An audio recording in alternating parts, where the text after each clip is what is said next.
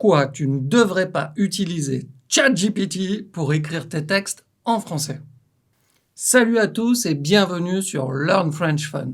Aujourd'hui, on va aborder un sujet un peu différent. Pourquoi tu ne devrais pas utiliser ChatGPT, ChatGPT en français, pour écrire les textes que ton professeur de français te demande d'écrire? Parce qu'on ne passe pas de ça à ça en un claquement de doigts. Non.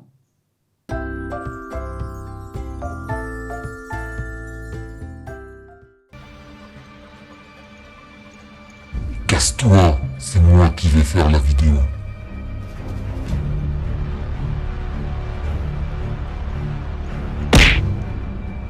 Et maintenant, on a encore un peu de temps quand même avant qu'une chose comme ça arrive, non? Rassure-moi. On a au moins encore 2 ans avant que ça arrive. Si tu es nouveau ici, je suis professeur de français pour les étrangers.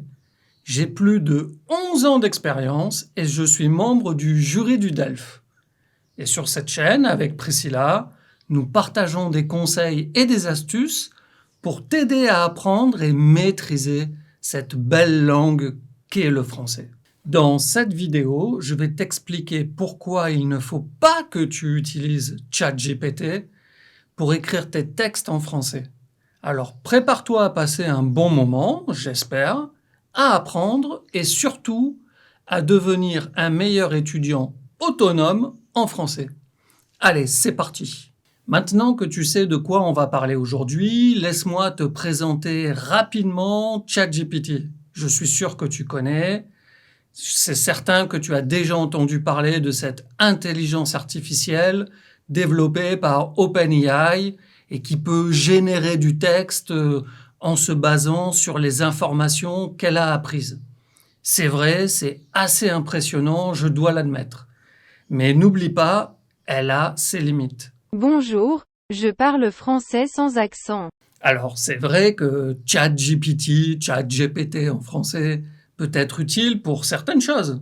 Par exemple, si tu cherches des idées pour écrire un texte ou pour t'aider à traduire quelque chose rapidement. Mais attention, mon ami, ce n'est pas une solution miracle pour apprendre le français. Loin de là. Comme tout, il y a des avantages, des inconvénients. Utiliser l'IA, l'intelligence artificielle, pour apprendre les langues peut avoir des avantages. Accéder rapidement à des informations ou des exemples de phrases.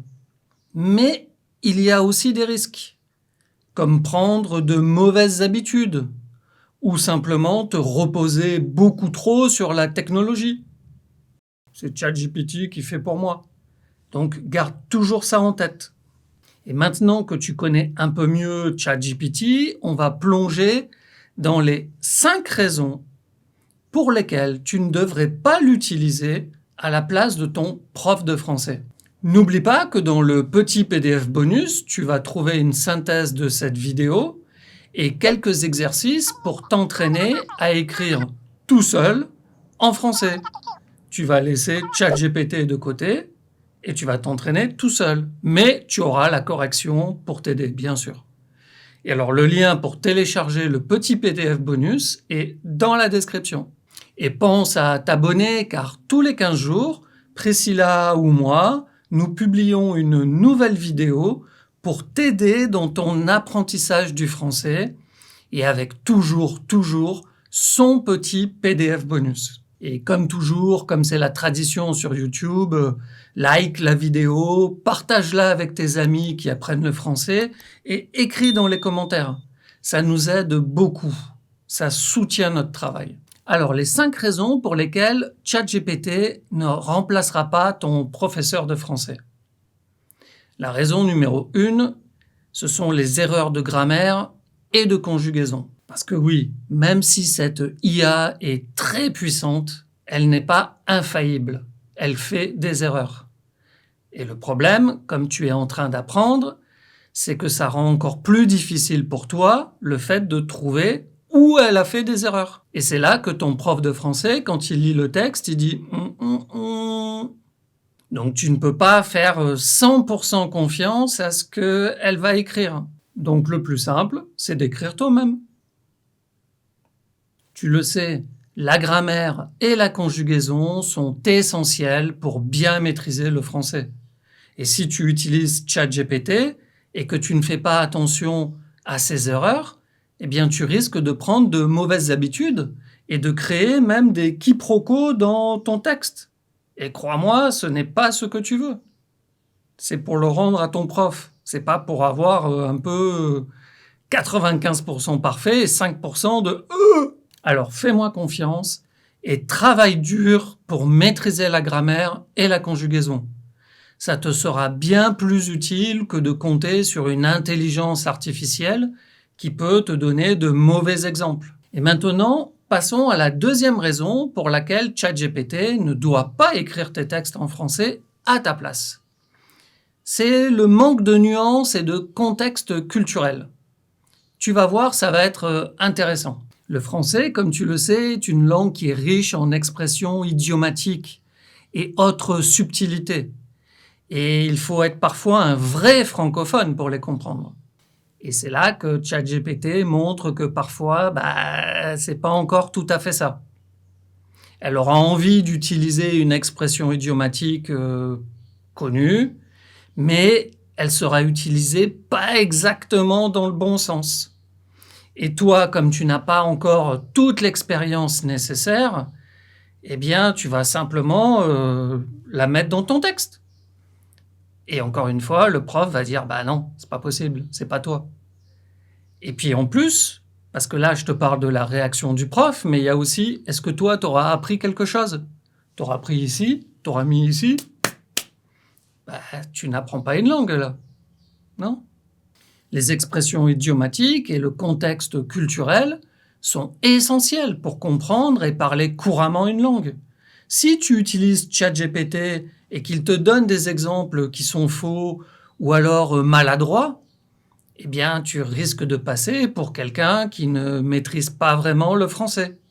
Mais surtout, tu risques d'apprendre des choses qui sont imprécises. Et ça, c'est pas du tout le but quand on apprend une langue. Donc bref, pour bien maîtriser le français, il est important de connaître les nuances et le contexte culturel. Et je suis désolé, mais ChatGPT, tu n'es pas encore assez calé pour nous donner toutes les subtilités dont on a besoin. C'est comme ça. Alors continuons avec la troisième raison pour laquelle ChatGPT ne remplacera pas encore en tous les cas, ton professeur de français. Bien, c'est l'apprentissage par la pratique et l'autonomie. Crois-moi, rien ne vaut l'effort personnel pour progresser dans une langue. Et si quelqu'un ou ici quelque chose le fait à ta place, eh bien, qu'est-ce que tu penses qui va arriver ? Tu ne progresses pas. Regarde un peu le graphique typique de la progression dans les compétences linguistiques. Si tu utilises ChatGPT pour écrire tes textes, tu ne fais que regarder passivement les réponses qu'il te donne. Or, pour vraiment progresser, il faut que tu t'impliques, que tu fasses des erreurs et que tu apprennes de ces erreurs. Comme ça, tu vas devenir autonome et l'autonomie, eh bien, c'est la clé. Et puis, quelle satisfaction de savoir que tu as réussi à écrire un texte sans l'aide d'une intelligence artificielle. L'effort que tu as fourni pour maîtriser le français te rendra beaucoup plus confiant et beaucoup plus compétent en fin de compte. Ça sera 100% bénéfice pour toi. Alors fais-moi confiance, laisse un peu ChatGPT et travaille dur pour progresser en français par toi-même. Tu verras que ça en vaut vraiment la peine. Et maintenant, découvrons la quatrième raison pour laquelle ChatGPT ne doit pas écrire les textes en français à ta place. Eh bien, ce sont les problèmes d'authenticité et de plagiat. Lorsque tu utilises ChatGPT pour écrire tes textes, tu ne fais que reprendre les idées et les formulations de l'intelligence artificielle. En d'autres termes, ce n'est pas vraiment ton travail et tu ne développes pas ton propre style ni tes propres compétences en écriture. Et en plus, si ton professeur découvre que tu as utilisé ChatGPT pour écrire ton texte, eh bien, cela pourrait être considéré comme du plagiat. Ce n'est pas toi qui as écrit. Et alors, les conséquences pour toi pourraient être graves. En tant qu'étudiant, il est important d'apprendre à rédiger tes propres textes avec tes propres mots et tes propres idées. Et je suis sûr que tu peux y arriver.